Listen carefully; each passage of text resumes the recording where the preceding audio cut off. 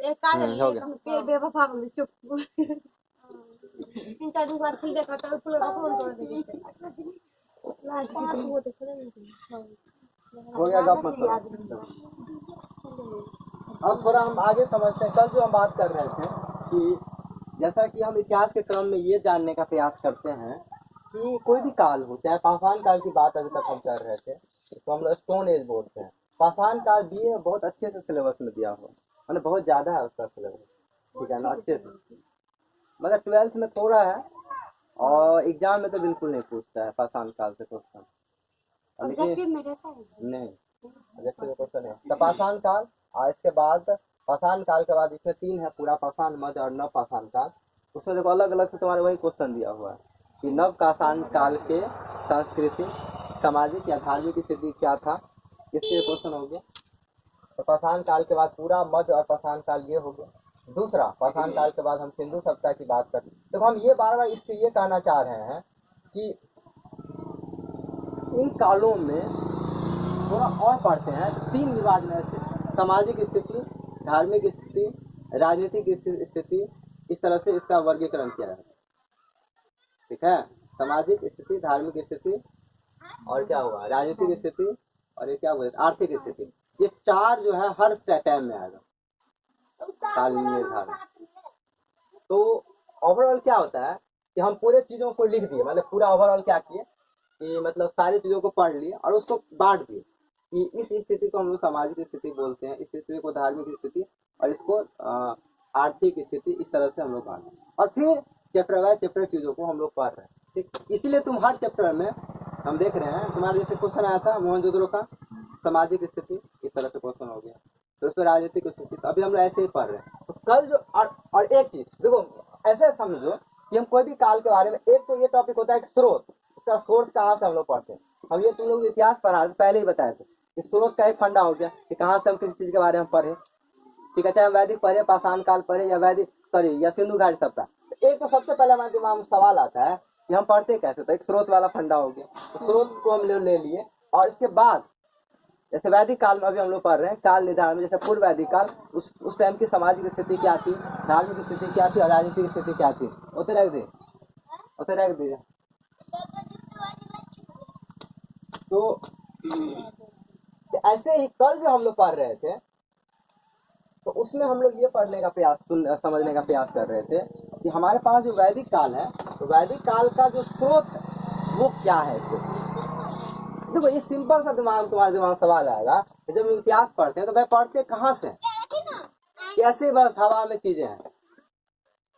जैसे इतिहास जो हम लोग पढ़ते हैं तो क्या है इससे कि ठीक है कि पढ़े तो कैसे सोच, कहाँ से पढ़ते, फिर भरोसा ही नहीं होगा चीजों के बारे में। जैसे बचपन में कोई कहानी बना दिए, कोई दादी माँ या कोई दादी, ये कहाँ हुआ, तो बोले हम लोग का जन्म कहाँ से हुआ, तो भगवान लेके आते हैं कहाँ से। अब बच्चा से इतना खर्चा, फिर बोले नहीं, अगर तुम समझे, बोले कि तुम्हारे जन्म ऐसे मम्मी पापा से हुआ ऐसे, फिर तो मम्मी पापा बोले दादी से आई, फिर दादी दादा कहाँ से आई, फिर परदादा से, फिर परदादा कहाँ से आया, बच्चा 1 नंबर का। तो अंत में क्या होगा, दादा दादी को करना पड़ेगा कि हम लोग भगवान से आए हैं, ठीक है। तो ये है। तो इस सारे जो अभी जो कहानी चल रही, चाहे सिंधु घाटी सभ्यता हो, पाषाण काल हो, तो उसका पहला ये होता है कि स्रोत। कल जो हम लोग बात कर रहे थे वो स्रोत पे था हमारा जो है। तो हाँ, इससे एक चीज बताना भूल गए उस टाइम में, ये एक बोगाज गोई अभिलेख, ठीक है। हालांकि हम ये देखो, हम जो कल बात कर रहे थे मैक्स मुलर की बात कर रहे थे, क्या कहें मैक्स मुलर के बारे में, किससे पूछे, क्या बताए थे मैक्स मुलर के बारे में, मैक्स मुलर के बारे में कल क्या बताया, कौन है मैक्स मुलर?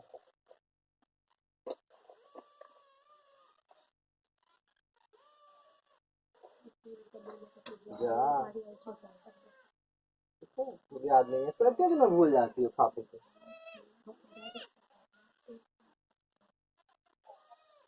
मैक्स मुलर के बारे में क्या बताया था सर?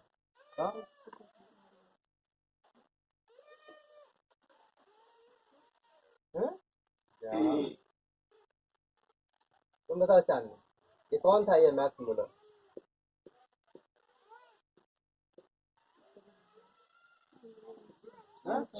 कल ही बोले थे ना, अरे 3 बार अभी तक बता, हम वीडियो कल चेक कर रहे थे उस दिन, ठीक है, कल हम वीडियो देखे उस दिन का, उस दिन भी हम अच्छे से बताए थे। मैं हमको लगा कि आर्य शब्द का और मैक्स मूलर के बारे में नहीं बताया, अच्छे से बताए थे उसमें, समझे। वीडियो चेक करके हम आज लोड किए ना कल रात में, तो हम देखे अरे आज तो हम बताए हुए हैं, ऐसा नहीं है कि नहीं बताया। और देखो जो काम का क्वेश्चन का चीज होता है ना, जाने अनजाने में उसका चर्चा होता ही है हमसे। कौन मैक्स मूलर मध्य एशिया था। चलो क्या बोले थे तुम बताओ हमको, मैक्स मूलर के बारे में क्या बोले थे? ये कोई शब्द बताए थे कल, हाँ क्या आप याद करो,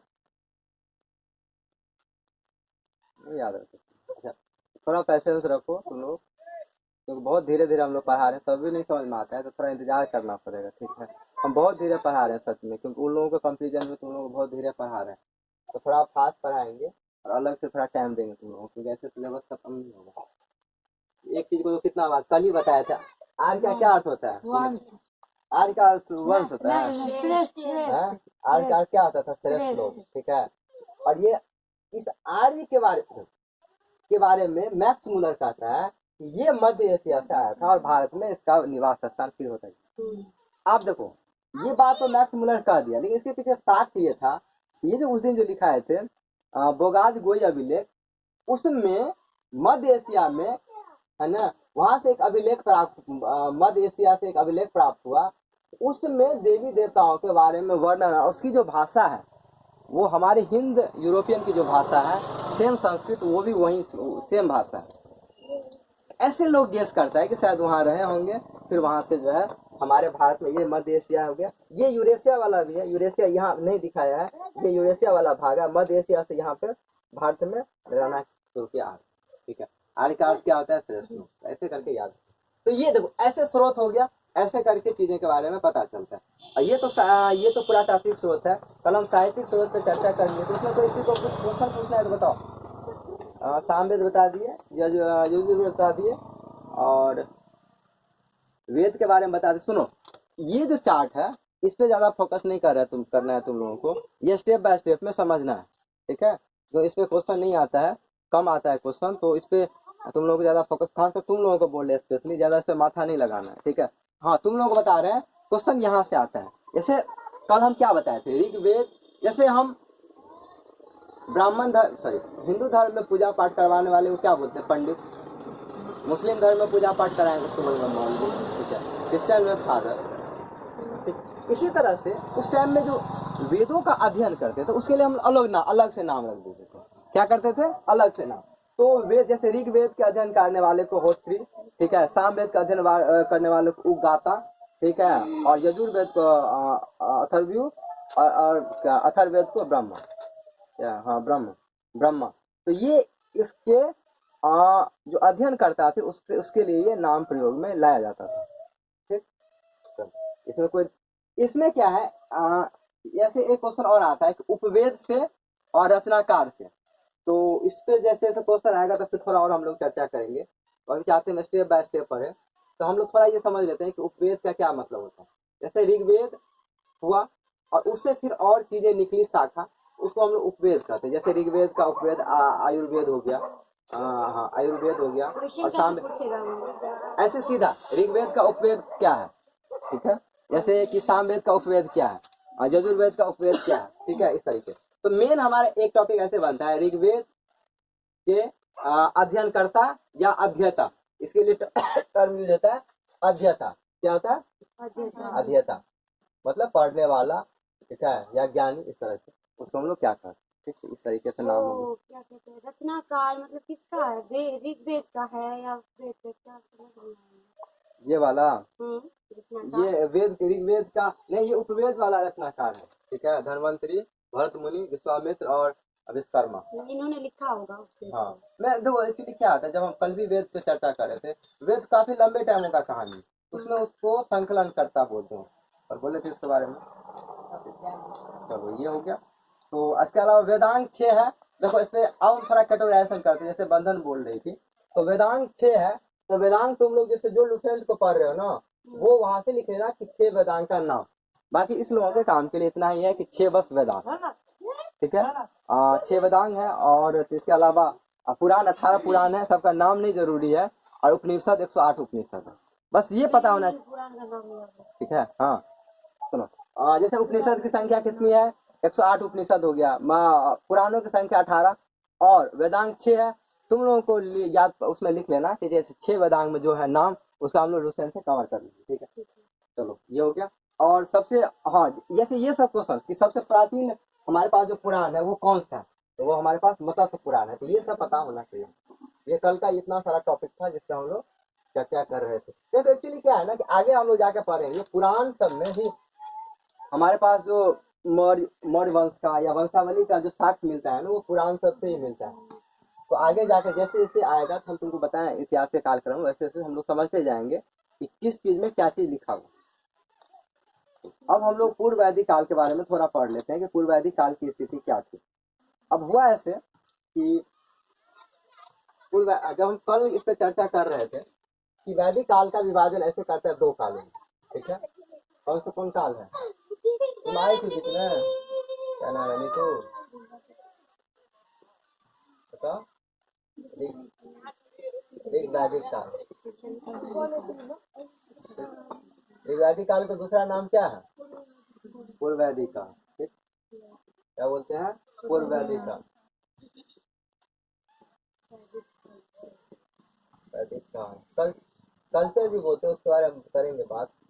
और इसके बाद उत्तर वैदिक, उत्तर माने क्या होता पता है, तुम बताओ तो, क्या नाम है टीचर से, ये तो उत्तर माने क्या होता है, उत्तर वैदिक काल। तो दूसरा आदमी कोई नहीं बोलेगा उत्तर वैदिक काल में क्या, उत्तर माने क्या होता है, तुम बताओ काजल, पूरा पश्चिम उत्तर में क्या होता है उत्तर में, निशा। उत्तर माने होता है बाद में, जैसे पूर्व में होता है पहले, और उत्तर मतलब होता है बाद का काम। तो हिंदी में इसलिए बड़ा प्यारा शब्द है कि हम क्यों बोलते हैं ज्यादा चीज याद करने की जरूरत, अब ये हमको पता ही नहीं होता है कि अब उत्तर का क्या मतलब, उत्तर मतलब होता है बाद का समय। अगर कहीं उत्तर लगा हुआ है ना हिस्ट्री में, तो इसका मतलब होता है बाद का काल। क्या होता है, बाद का काल। तो पूर्व माने पहले का काल, और बाद। इसका टाइम कितना से कितना है, तुम बताओ चार में। 1500 से 1500 से 1000। 1000 ऐसा पूर्व हम लगाएंगे तुम्हारे बदले। और इसका क्या है तुम बताओ,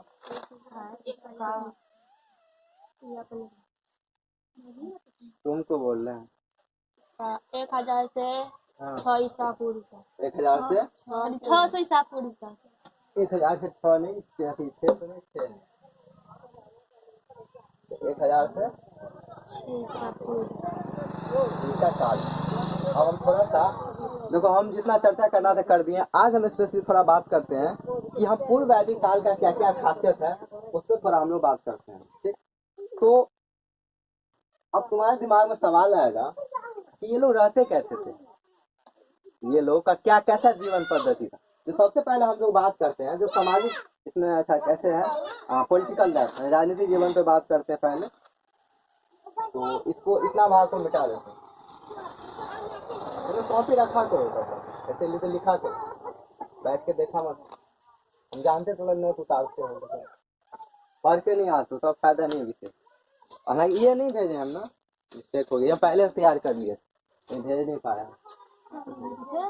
ये वाला नहीं, ये नहीं सब भेजा हुआ है। अच्छा, तो भेजते हैं तो उसको अति सामने में रखा करो फाइल। मूल धारणा मतलब क्या होता है? एक मिनट, और आगे उल्टा तो काफी लिख लिया तुम। ओ अच्छा, ये यहाँ तक हम भेज रहे थे। अच्छा ठीक है, यानी पूर्व वैदिक काल तक, मतलब आज तक मेरा काम हो जाएगा, कल भेज देंगे फिर। तो तुम कहाँ लिखती हो, दिक्कत हो जाता है तुमको लिखने में।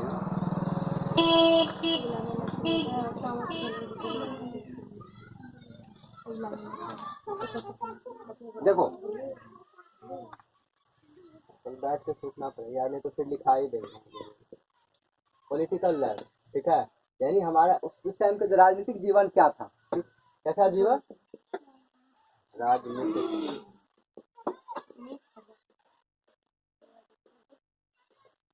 अब क्या है कि जब हम देखो, अब हम राजनीतिक जीवन की जब बात करते हैं तो क्या होता है इसका मतलब, कौन समझाएगा हम? ये बेस बात हमको समझ में आना चाहिए, तभी अब समझ में आएगा। बंदर समझाओ क्या होता है राजनीतिक जीवन का? राजनीतिक जीवन मतलब होता है जैसे नेता, हाँ जैसे गांव में मतलब होता है ना कि सरपंच, हाँ। मुखिया, उसी के स्तर पर पहले के जमाने में राजा होते थे। यही सब। और बताइए। राजा होते थे तो सबसे प्रमुख को जो जनता से जो बात बोलेंगे तो कहीं ना कहीं राजा को भी मानना पड़ेगा। अगर राजा जो बोलेंगे तो जनता को भी मानना पड़ेगा।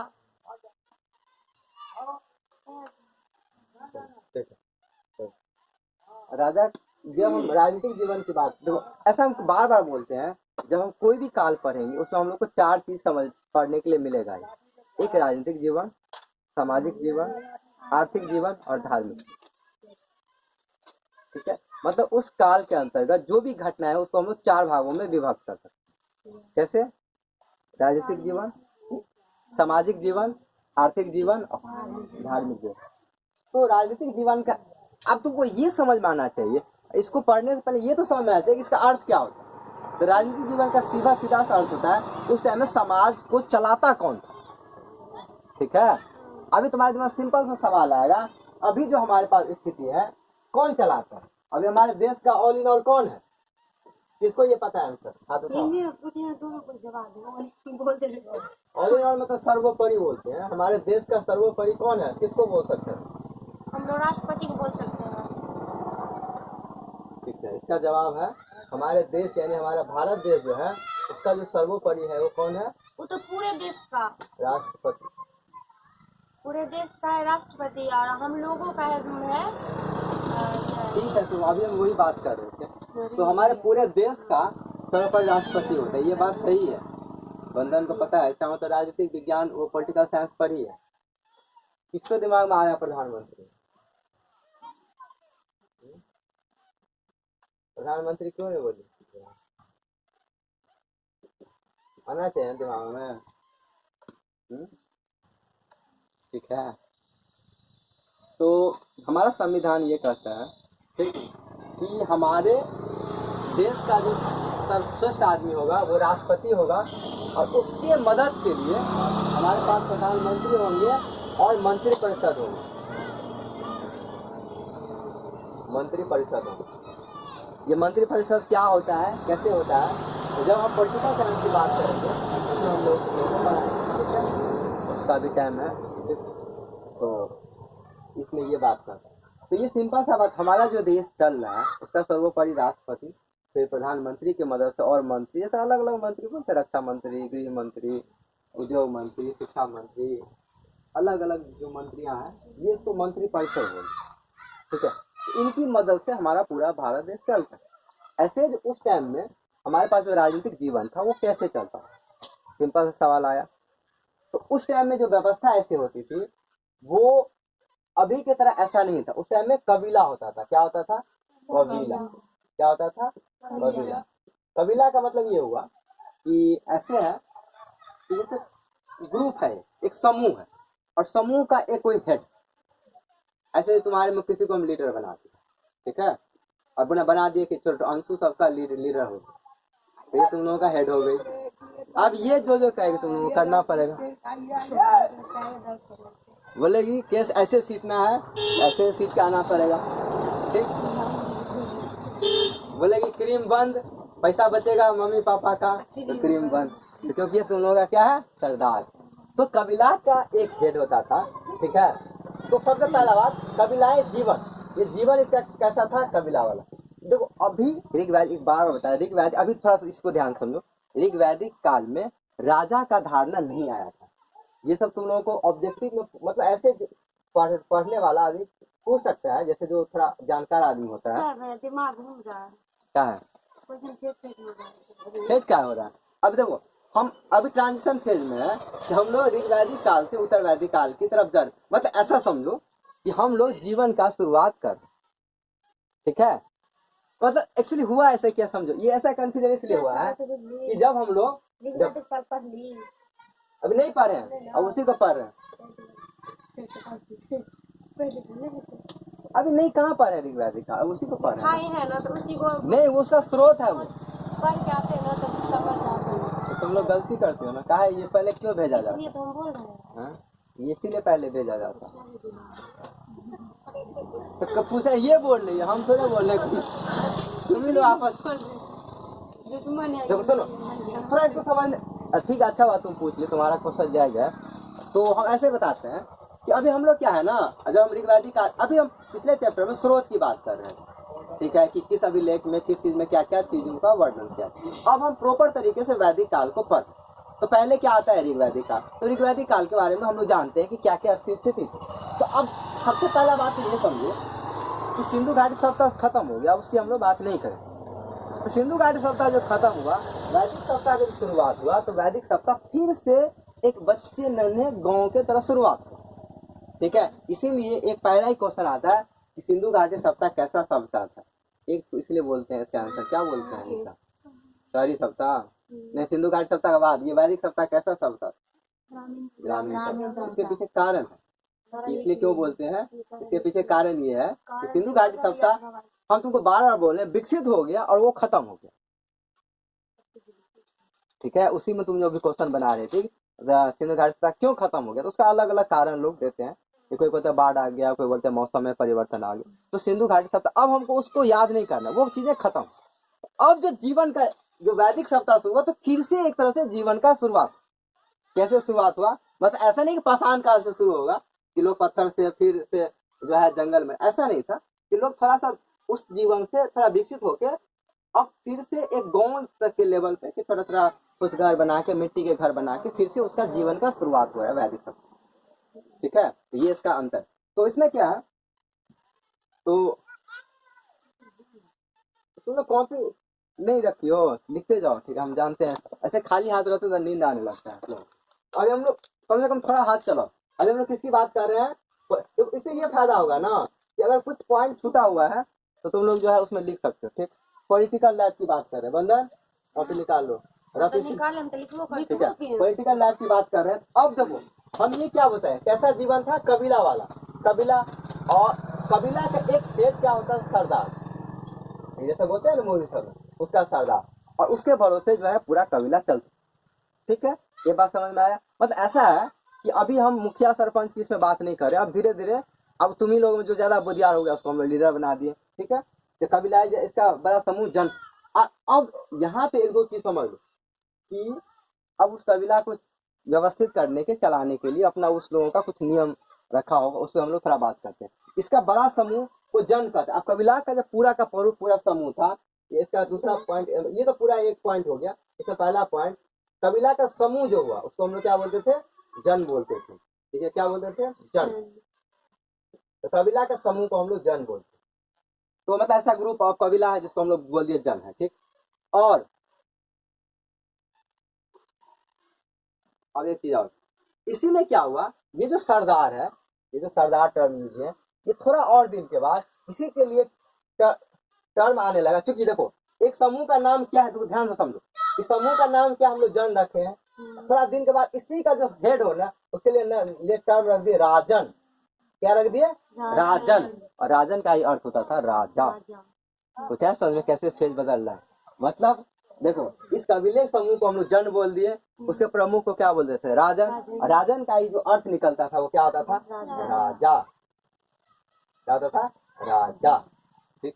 आप देखो ये तो हम लोग समझ लिए उसके सरदार का। अब क्या है कि जैसे जैसे चीजें व्यवस्थित होती जाती है, तो इस समूह को चलाने के लिए भी तो कुछ ना कुछ लोग चाहिए।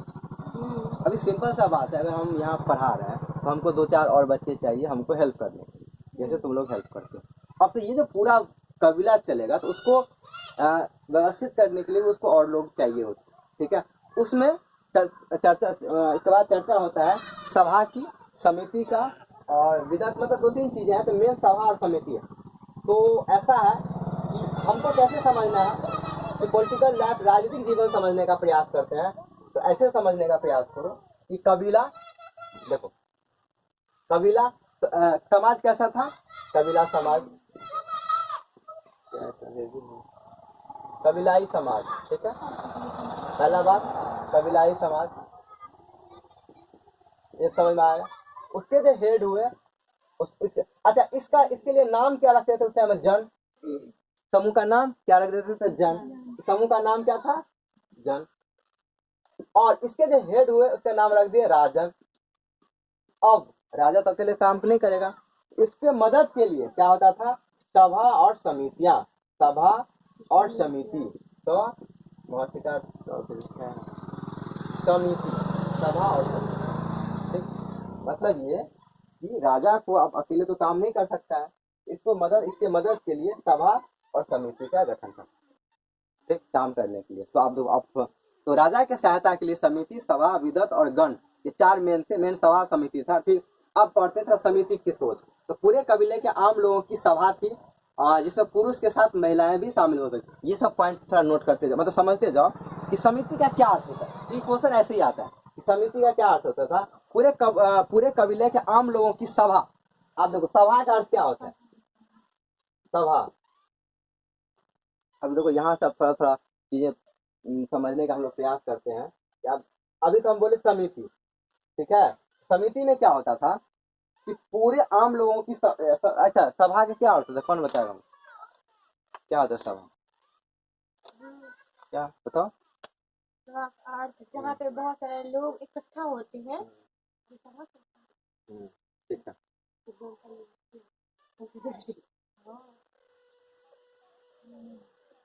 सुनो अपना ध्यान, तो ये जो मीटिंग, इसको पता है इंग्लिश में मीटिंग को, देखिए समझा देते हैं यहाँ पे। अभी चूंकि पूरे देश का राष्ट्र प्रधानमंत्री हुए, अभी तो हम लोग सब जाके मीटिंग तो नहीं कर सकते हैं और राय देंगे प्रधानमंत्री जी आप थोड़ा लड़की को और पैसा दीजिए तो और गाँव हमारे गाँव में पढ़ेगी, ऐसा तो नहीं कर सकते हैं। सुनो, तो उस टाइम में क्या होता है, कबीला छोटा छोटा होता है, तो आपस में सारे लोग मीटिंग कर लेते, मीटिंग कर सकते हैं। तो ये सभा कुछ नहीं था, एक मीटिंग क्या होता है, उसमें आम लोगों की जो मीटिंग होती थी, इसी सभा को, यानी सभा मतलब क्या, लोग आए जमा हो, इसी सभा को, आम लोगों के सभा को हम लोग समिति बोलते थे। तो कैसे लिखेंगे, देखो हम लोग लिखने के लिए कैसे लिखेंगे, कितना तो लिख दिए, तुम लोग लिखेंगे कैसे, सोच याद करने के लिए, मतलब आम लोगों की सभा को हम लोग क्या बोलते थे, समिति बोलते थे, क्या बोलते थे, समिति। तो पहले लिख लो समिति मान लिया जाए, ठीक। तो आम लोगों की सभा, किससे, आम माने क्या होता है, आम खाने वाला नहीं, तो कैसा, जैसे आम जनता होता है वैसे ही अन्य लोग कह सकते हैं, आम लोगों की सभा, आम लोगों की सभा को क्या बोलते थे, समिति, ठीक। क्या हुआ निशा, नींद आ रहा है, तो हंसी लगता है बात।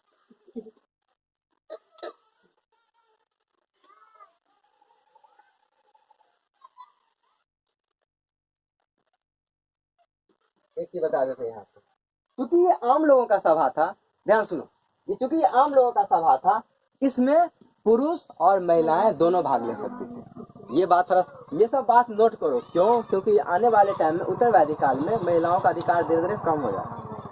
क्या हो जाता है, यही तो हम लोग पढ़ने का प्रयास करते हैं इतिहास में कि कैसे कैसे समाज हमारा बदल रहा है। तो ये जो आम लोगों का सभा है, इसमें महिला और पुरुष दोनों भाग ले सकते थे, महिला और प्लस पुरुष, ठीक, भाग ले सकते थे दोनों में, ठीक। ये हुआ। अब तुम्हारे दिमाग में आया तो फिर सभा क्या था, तो सभा क्या था, ये एक कुलीन वर्गों का समूह था। क्या था, कुलीन वर्गों का संस्था थी या समूह था। इसमें क्या कहेंगे, कुलीन वर्गों का समूह, क्या होता है, बता रहे हैं, कुलीन उस दिन भी बताए थे, कुलीन वर्गों का समूह, कुलीन वर्गों का समूह था। कौन, क्या चीज, सभा, छोटे वर्गों को नहीं बता रहे हैं, कुलीन वर्गों का समूह था, ठीक। अच्छा हुआ बंदा, तो लिखाई दिया करेंगे, उनको लिखने में झंझट हो जाता है। कुलीन वर्गों का समूह था, कुलीन वर्ग मतलब, अच्छा कुलीन वर्ग का नहीं अर्थ समझता, कुलीन मतलब होता है श्रेष्ठ लोग, श्रेष्ठ लोग का क्या अर्थ है, हाँ उच्च, क्या किसको बोलते हैं, उच्च वर्ग। अभी हमारे समाज में उच्च वर्ग किसको बोले, जो खेत में काम करते हैं वो लोग, किसको बोलते हैं? हमारी को हैं? ब्राह्मण क्या? हाँ मतलब ठीक है, वैसे कर सकते हैं, लेकिन ऐसे नहीं। श्रेष्ठ वर्ग मतलब ऐसे पढ़े लिखे जो मेनली वर्ग होते थे उसको हम लोग कुलीन वर्ग बोलते थे। अभी के समय में उस टाइम में उच्च वर्ग भी टर्म आता था कि पढ़े लिखे के साथ साथ उच्च वर्ग। हम समझाते हैं इसका क्या मतलब है। पढ़े लिखे और उच्च वर्ग भी आता था इसमें। इसका मतलब समझा, पढ़े लिखे का मतलब क्या हुआ? ब्राह्मण। और उच्च वर्ग का मतलब राजा लोग। राजा तो बहुत सारा पढ़ा लिखा भी नहीं होता था, लेकिन उच्च वर्ग के कैटेगरी में आता था मेनली ब्राह्मण और क्षत्रिय। किसमें? ऋग्वैदिक काल में। अरे तो इसीलिए तो उच्च वर्ग था ना पूरा। तो अभी यही पढ़ा रहे थे ना कि ये जो ये राजन सब कौन? क्षत्रिय, वही तो मार कर करके राजा बन गया। जिसके अब देखो उसके पास भले किताब का ज्ञान, उसके पास दिमाग है, तब तो लड़ाई कर करके सबका बॉस बन गया है। कुछ आ रहा है समझ में? वो सब ग्रुप में देखो सर, ग्रुप में क्या। अच्छा एक चीज बताओ, किताब का क्या काम होता है?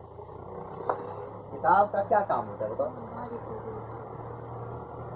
किताब का काम होता है सिर्फ बुद्धि बढ़ाने के लिए। अगर तुम्हारा इतना तुम तेज हो कि अगर तुम इतना तेज हो मतलब ऐसा कि तुम लोगों को ठगने में इतना माहिर हो जिसमें किताब की जरूरत नहीं है तो फिर पढ़ने का क्या जरूरत है? क्या बनना? किताब का मतलब क्या? वो बुद्धि बढ़ाए। हाँ, पहले कौन सा किताब होता था? ऋग्वैदिक काल में कहाँ हम किताब की बात मतलब सुनो। तो कुलीन वर्ग जो क्षत्रिय वर्ग थे, क्षत्रिय वर्ग जो थे तो उसको, और मेनली ब्राह्मण वर्ग को हम लोग कुलीन वर्ग बोलते थे। ये पढ़े लिखे बोलते थे क्योंकि अभी ऋग्वैदिक काल की बात कर रहे हैं, तो इसमें पढ़े लिखे वर्ग भी क्यों शामिल है? क्योंकि ऋग्वैदिक काल में जो समाज का विभाजन था वो उसके जन्म के आधार पर नहीं था। ये बात हम पहले बोले थे, नहीं बोले थे, तो अब समझाएंगे, आगे पढ़ाएंगे। मतलब ऐसा कि पढ़े लिखे वर्ग चाहे वो कोई भी जाति का हो, वैश्य हो, शूद्र हो, उसको हम लोग ब्राह्मण के अंतर्गत रखते थे। ठीक है, ये ऋग्वैदिक काल में ये अंतर नहीं ज्यादा आया था कि कोई भी पढ़ लिख ले तो ब्राह्मण का सीधा अर्थ होता था पढ़ा लिखा वर्ग को हम लोग ब्राह्मण वर्ग में आ सकता है। हाँ, सीधा सा मतलब था। यही तो हम बोल रहे हैं कि तुम जो बोले थे ना कि ऋग्वैदिक काल और उत्तरवैदिक काल में अंतर क्या देखा जाता है, तो पढ़े लिखे वर्ग जो भी होते थे वो ब्राह्मण के अंतर्गत आते। ठीक, क्योंकि वो जाति का ये विभाजन नहीं था कि अच्छा ठीक है ब्राह्मण का कोई पुत्र होगा तो ब्राह्मण, ये बात क्लियर कर लो। उस टाइम में ये कंसेप्ट नहीं था कोई भी, क्योंकि देखो कबीला समाज था ना, धीरे धीरे कबीला समाज था। अभी धीरे धीरे कोई नहीं था कि इसमें जो तेज हो गया वो राजा हो गया, और इसमें जो पढ़ा लिखा हो गया उसको पंडित या ब्राह्मण हो गया। उसमें ऐसा नहीं आज जैसे कि किसका बेटा निकम्मा निकल गया तो वो वैश्य बन गया, बनिया बन गया, फिर वो दूसरा काम करने लगा। तो क्योंकि देखो अभी हम क्या बता रहे हैं कि उसका जो काम जो भी करता तो उसके आधार पर उसको हम लोग जाति निर्धारण कर देते। जैसे लोग दुकान कर रहा है, कुछ कर रहा है, या सामान का खरीद फरोख्त, तो वो लोग वैश्य कहलाते थे। क्या बोले कहलाते थे? वैश्य, या उसको बनिया वर्ग बोलते थे। हो गया काम खत्म। नहीं पढ़ेगा तो बनिया हो जाएगा, लेन देन का। हाँ, हम लोग वैश्य कैटेगरी में।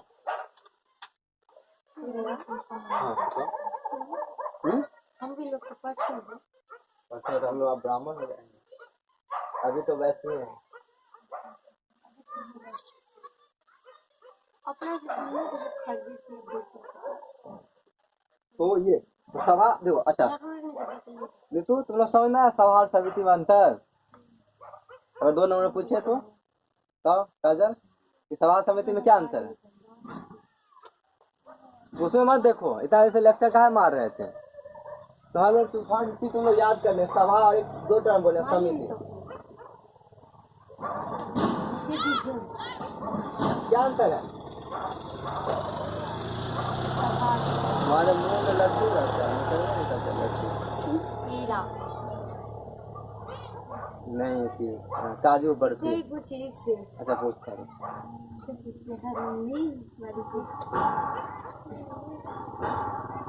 अरे क्या बोले हैं सभा और समिति में क्या अंतर तुम बताओ निशा।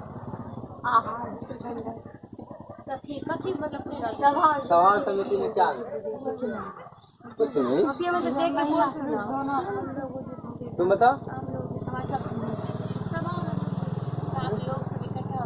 ठीक है, वेरी गुड। हम अभी सुने तो एक तो ठीक है, ये तो हुआ सभा मतलब, लेकिन इस सभा और इस समिति अभी जो लिखे इसका क्या? सभा और समिति में अंतर।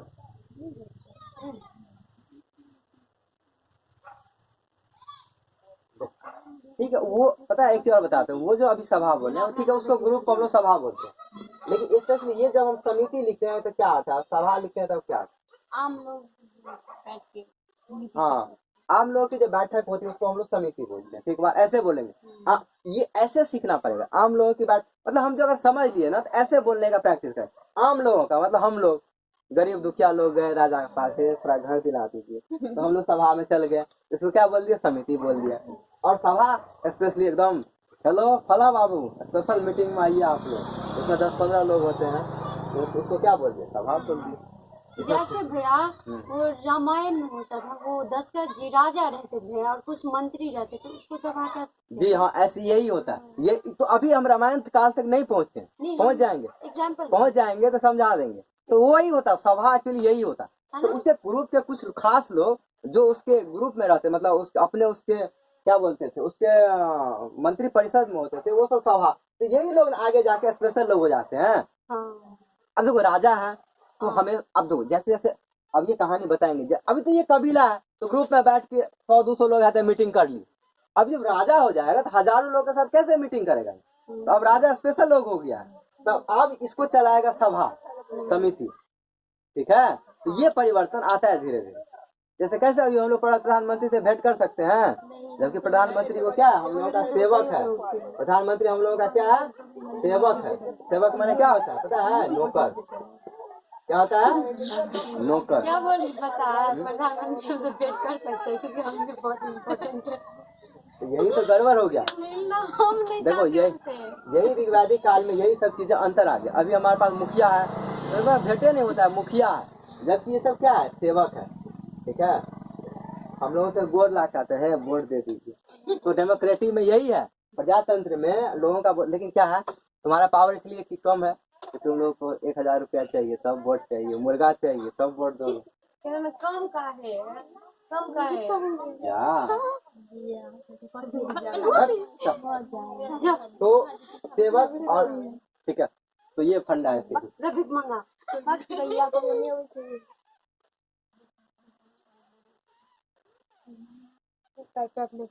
याद है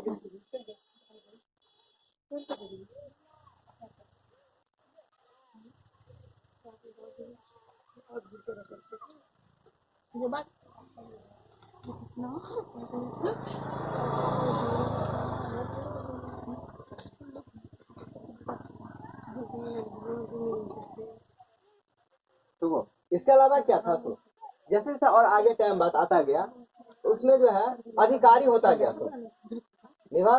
क्या भैया, जैसे जैसे टाइम आता गया तो इसमें टर्म यूज होता गया अधिकारी।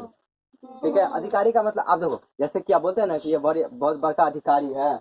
अधिकारी का क्या अर्थ होता है, सर्विस वाला, हाँ, सर्विस मैन। जैसे वकील भी हो सकता है, भी हो सकता है। हाँ, जैसे जो जिसका पद थोड़ा ऊंचा है। ये देखो, अब हम लोग जॉब की बात करते हैं, जब जॉब की बात करते हैं ना, तो अब यहाँ पे थोड़ा हमको विभाजन आता है कि छोटा नौकर माने गड़बड़ लोग, बड़ा जो नौकर सेवक होता है उसको बोलते हैं अधिकारी बोलते हैं। जैसे कि जिसको हम लोग डीएम बोलते हैं तो बोलते हैं अधिकारी है। जबकि ये क्या है, सेवक है, हम लोग क्या है, सेवक। ठीक है, क्या है, तो ये सारे लोग जिसको हम लोग अधिकारी बोल देते थे, तो ये जो सामान्य लोगों का जॉब था उससे थोड़ा हाई कैटेगरी का लोग होता। जैसे कि अब जैसे एक राजा है तो उसको आर्मी चाहिए, ठीक है, सेना के लिए और लोग चाहिए। अधिकारी लोगों को स्पेशल काम, एक बंदर का पत्र, अधिकारी लोगों को स्पेशल काम दिया जाता था। ठीक है, और ये हजारों नहीं होते थे, ये एक सभा में 1 या 2 ही होते थे एक राजा के। अब जैसे किसी को गुप्तचर विभाग का हेड बना दिया, गुप्तचर मतलब क्या, सीआईडी में तेज है, जो चुगली में तुम लोग माहिर हो, तो हम तुमको बना दिया, अच्छा तुमको सीआईडी में लगा दिया। ठीक है, तो ऐसे क्या होता था, गुप्तचर विभाग का हेड।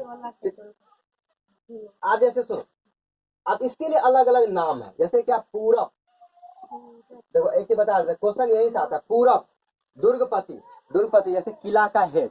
अब उस टाइम राजा का अलग अलग किला हुआ तो बोलिए दुर्गपति, इस किला का हेड इसको बना दिए। क्या बना दिए? इसको क्या बोलते थे? दुर्गपति। दुर्गपति, पति माने क्या होता है? पति परमेश्वर सेवक। तो दुर्गपति इसको क्या बोलते थे? किलापति। अच्छा तुम्हारे दिमाग सुनो, तुम्हारे दिमाग में क्वेश्चन आएगा कैसे आता है, तो हम बोलेंगे कि दुर्गपति किसे दुर्गपति कहते थे? तो पूरब को दुर्गपति थे। पूरब का काम क्या था? किसी किला का वो हेड होता था, किलापति हुआ या दुर्गपति हुआ। क्वेश्चन ऐसे आ गया तुम्हारे पास। देखो जैसे अभी बताया था ना, गुप्तचर विभाग का हेड, तो स्पष्ट को बोलते थे, गुप्तचर विभाग का जो हेड होता था उसको हम लोग क्या बोलते थे? स्पष्ट।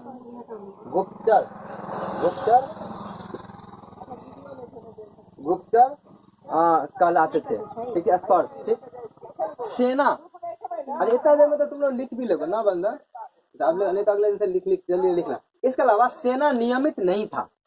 सेना जो उस टाइम में, जैसे अभी आता ना कि आर्मी है हम लोगों का, बॉर्डर पे काम कर रहा है अलग अलग जगह पे, तो उस टाइम में सेना नियमित नहीं होता। नियमित इसका मतलब क्या हुआ? कौन समझाएगा? बंधन।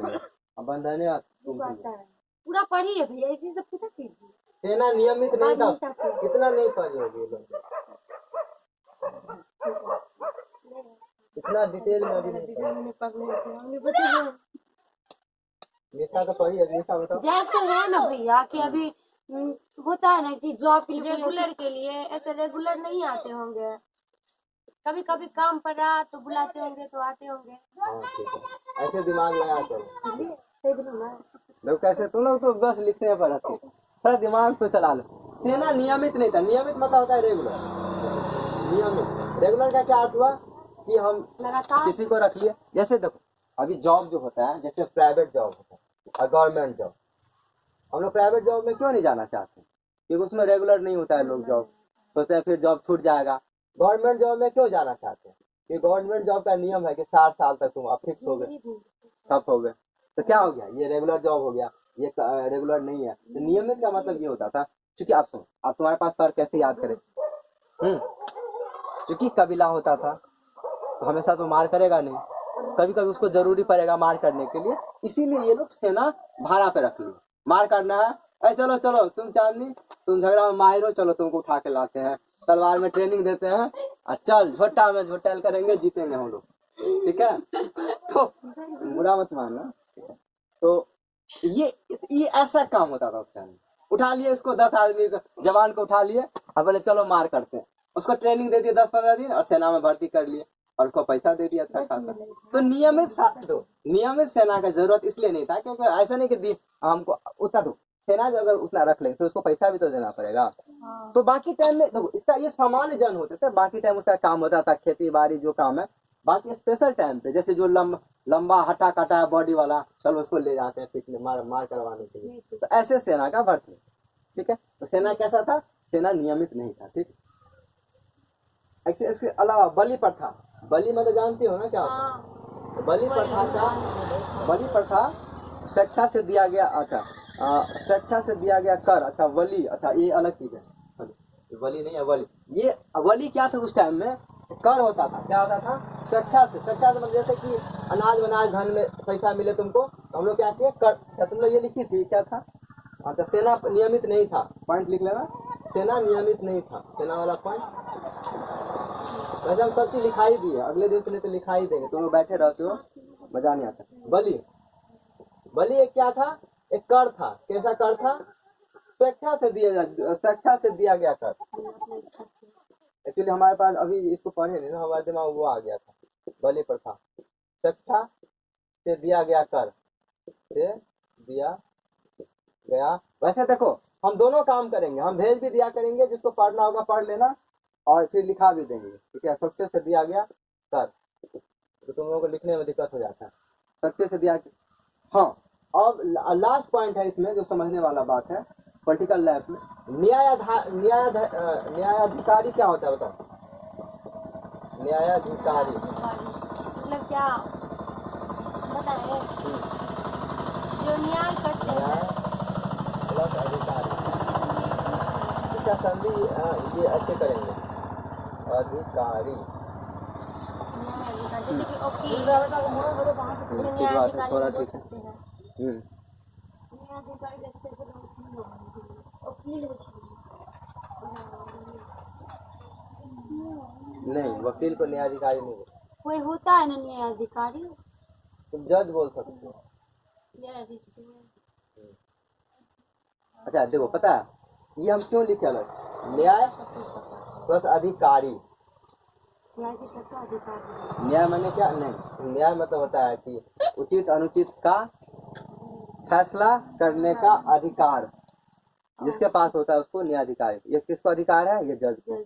सपोज तुम शादी नहीं कराएंगे तो जब थोड़ा हो जाएगा तो हमको हस्बैंड वाइफ का शादी करके झगड़ाता है, कोर्ट में भिजवाने वाला। दूसरा, चलो दूसरा मुद्दा, तुम्हारा चॉकलेट कोई चुरा लिया मान लेंगे, ठीक है, तुम चल गए कोर्ट, ठीक, कोर्ट चल गए तो अब कौन फैसला, वो तुम बोल रहे हो मेरा चॉकलेट है, तुम बोल रहे हो मेरा चॉकलेट है, तो अब कौन डिसाइड करेगा? तो सरकार इसको अधिकार दिया है, ये जो कह देगा कि तुम दोनों का चॉकलेट है, बोले इसका चॉकलेट है, ये बोले बंधन इसका चॉकलेट दो, इसको परेशान किए, इसके बदले तुम उसको जुर्माना भी दो 1 लाख रुपया, एक चॉकलेट था।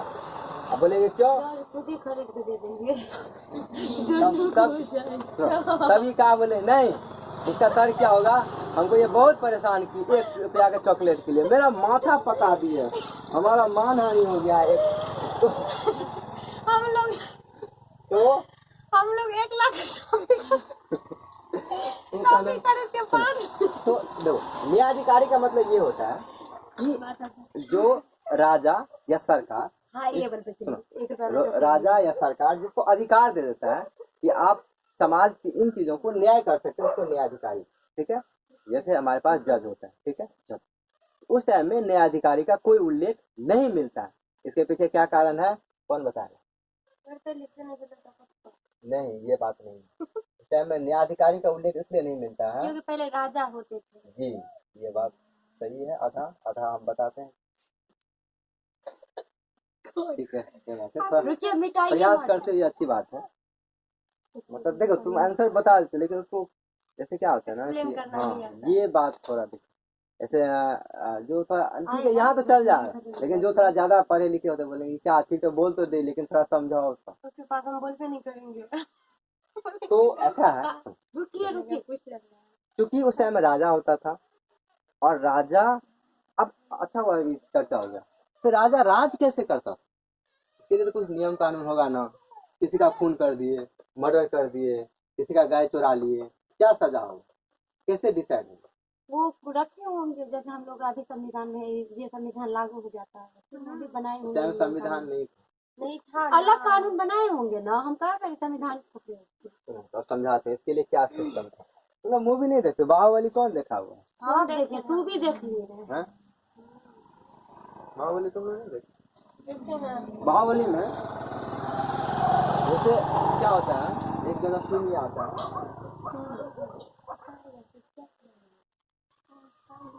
एक उसमें ये रहता है, मंत्री बताते हैं, उसमें कुछ जैसे 1-2 जगह घटना है। अब ये राजा है, ठीक है, राजा पावरफुल है, अब जैसे कोई प्रजा आया अपना कष्ट ले, ठीक, अब राजा तो इतना चीज पता नहीं रहेगा, तो इसके बगल में एक ज्ञानी पुरुष होते थे, इसको हम लोग ब्राह्मण बोलते हैं, क्योंकि इनके पास वेदों का ज्ञान था। उठे तो अपना कष्ट बता दिए कि ये कष्ट है, उनको उठाएंगे, इस टाइम क्या उसके लिए शब्द यूज होता था, गुरु या कुलगुरु या ऐसे, ठीक है, इसके लिए हमारे पास क्या प्रावधान है, ऐसे बोले क्या प्रावधान है, तो बोलिए इसके लिए ये है कि ये सजा दिया जाए। अब राजा उसमें हेर फेर कर सकता है, लेकिन एक लिखित तौर पे हमारे पास पुरानी, अब समझाते हैं ऐसे क्यों था, वो बोलते थे कि ये सजा दिया जाए, तब राजा बोलते थे हाँ ठीक है, एग्री हो गया तो ये सजा दे दो।